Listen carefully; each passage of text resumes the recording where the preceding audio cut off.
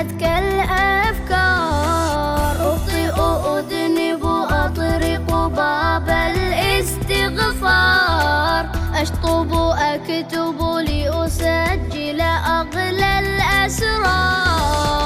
سلمان سلمان وأدون كل جديد، سلمان سلمان أكتب قصصي وأفيد، أذكر أخطائي وصوابي وأصحح وأعيد. سلمان سلمان أخلاق إيمان، ما ينسى الأخوان، علم وعبادة، علوحة سلمان يكتب بالألوان، كل يوم عنوان درس وإفادة، كل يوم بالنوم لو مر خسارة، خلي الكسل قوم تلقى السعادة. سلمان سلمان يا أطيب إنسان، سلمان سلمان مبدع وفنان، سلمان سلمان سلمان سلمان.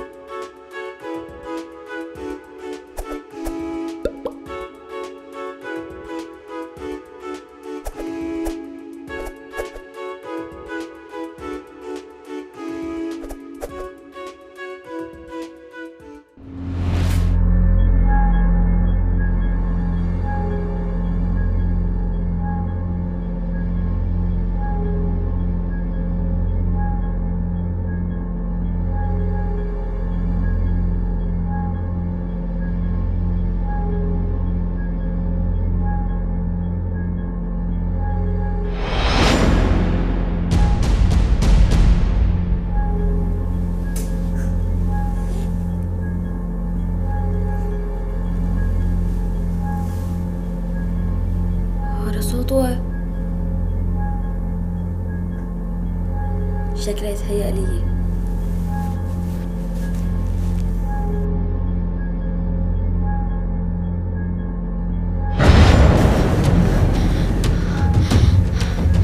بسم الله الرحمن الرحيم.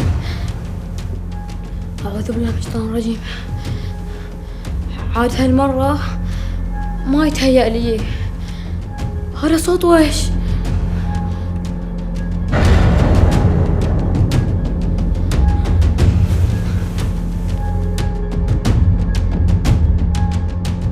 الله يعدي الليلة على خير، الله يعديها. ما أدري وش اللي صاير.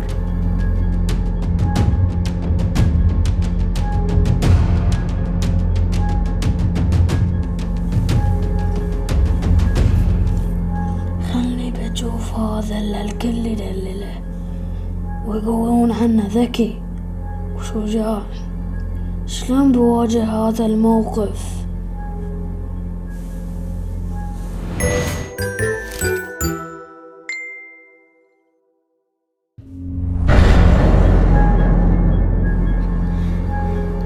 الله يعديها على خير يا رب.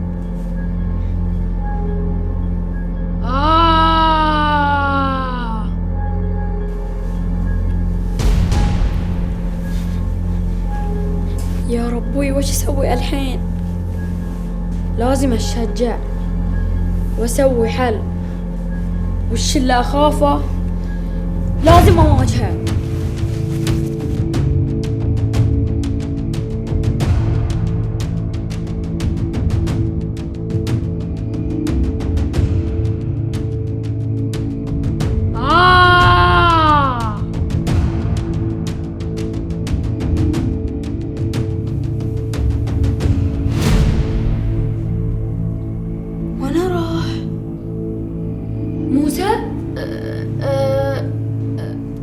ليش تسوي كذي؟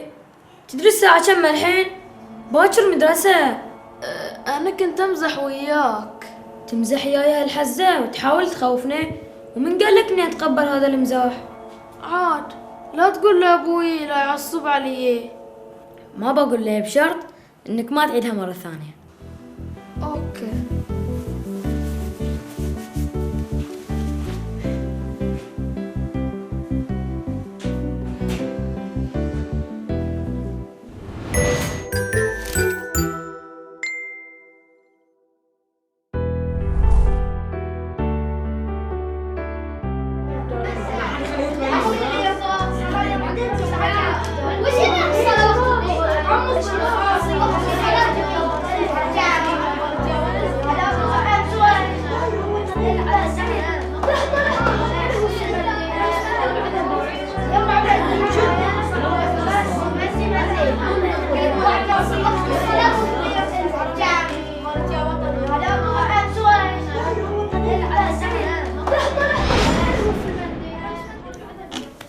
سلمان سلمان، قوم قوم، وش فيك؟ عسى ما شر، مو من عوايدك تنام في الصف.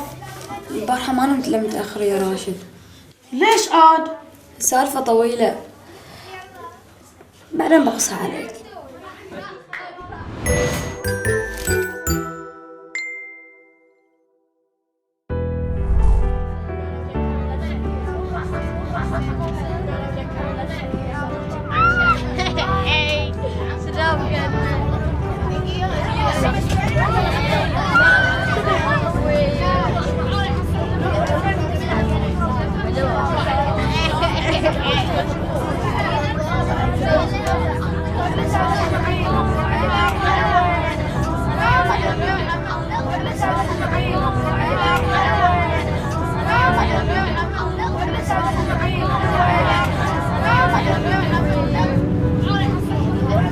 زين ليش ولد عمك قاعد يسوي كذي؟ وش دراني فيه يا راشد؟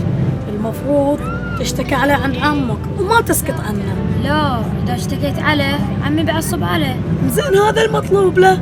ما يصلح، بعدين ولد عمي بيحقد علي أكثر من كذي. خليه يولي. تعال، اليوم أنا ما شفته، شي ما داوم. لا ما داوم، من التعب كذب على عمي وقال إنه مريض. طالع هذا يكذب بعد. زين بقول لك شي بصراحة، يوم حاول أخوفك البارحة خفت لو ما خفت. أي ما خفت، إلا مت من الخوف.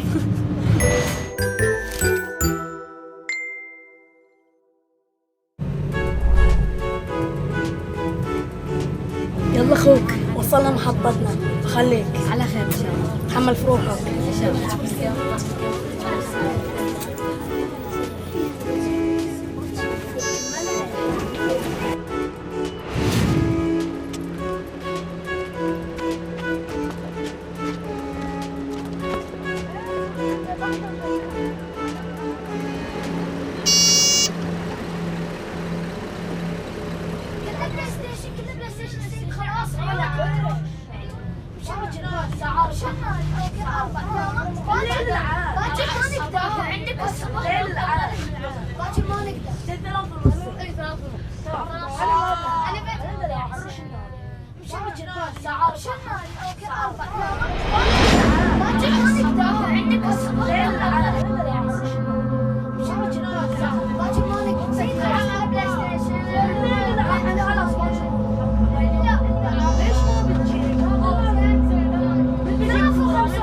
يلا شباب، آخر محطة وصلناها، لا تنسون الشنط.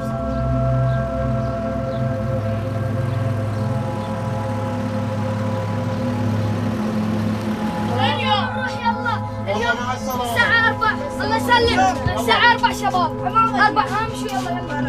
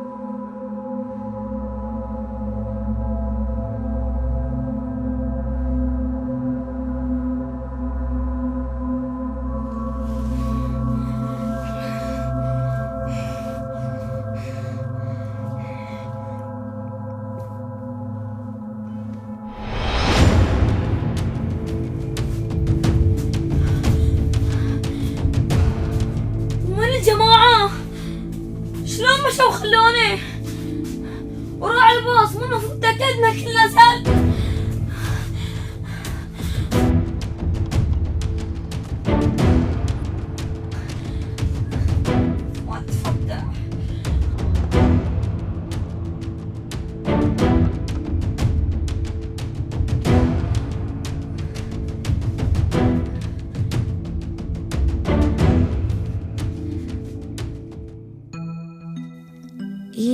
فكرة، تذكرت في أحد مواقع السلامة اللي كنت أقرأ منه، إذا واجهتنا مشكلة مثل هذه أقوم وأضرب الهرن بقوة وبشكل متواصل، الكل بيسمعني وبينتبه، حتى اللي داخل البيوت يمكن بعضهم يطلع وينقذني قبل لا أختنق من الحر هني.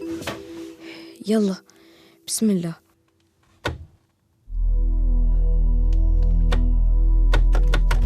أوف، وش الحل الحين؟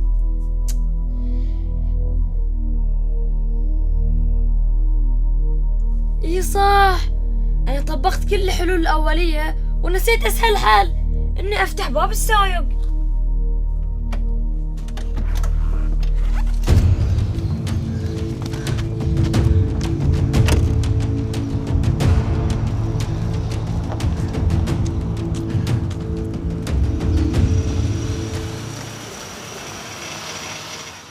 نعم. لو سمحت، أنا ضليت في الباص بروحي وقام بعمي يجي لي.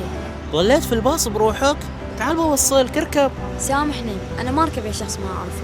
بس أنا أبغى أساعدك له. تساعدني بأنك تعطيني تلفونك عشان تتصل لعمي. انزين على راحتك.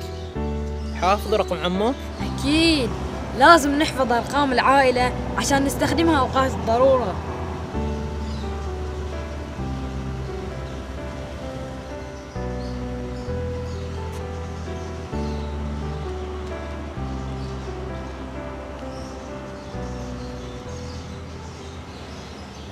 ألو عمي.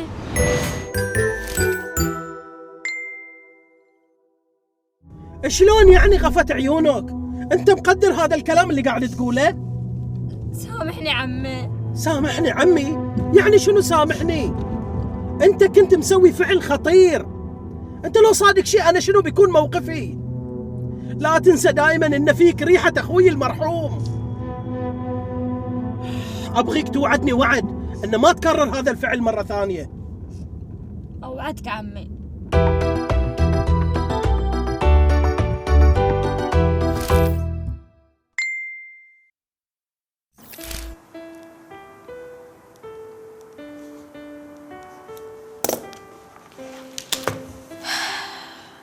كان يوم مخيف صدق.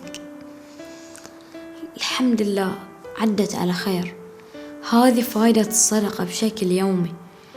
أنا دائما أحب أتثقف في طرق السلامة في حال صادتني أي مخاطر، لكن اليوم تعلمت أني أزيد أكثر في قراءتي من هذا الجانب وأتثقف أكثر عشان أقدر أواجه كل المخاطر اللي تجيني بكل هدوء وثبات.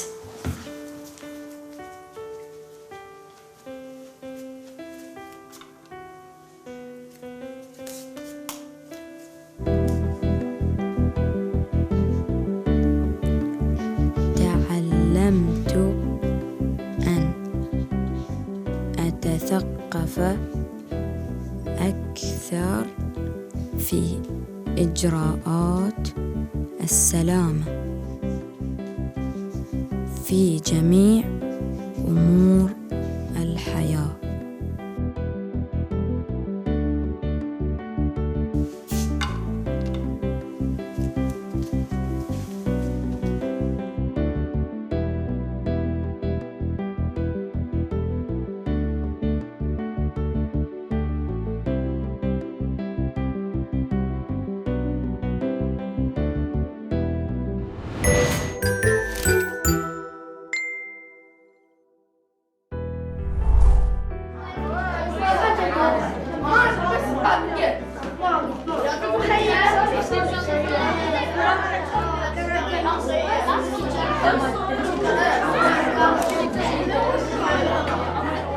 ايه يقول لكم الاستاذ الجديد دخل الصف اللي صوبنا ما يلاعب.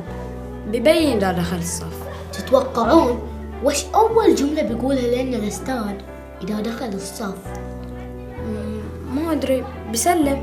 أدري بيسلم، بس أقصد وش بيقول عقب السلام. اتوقع ببدي تدريسنا.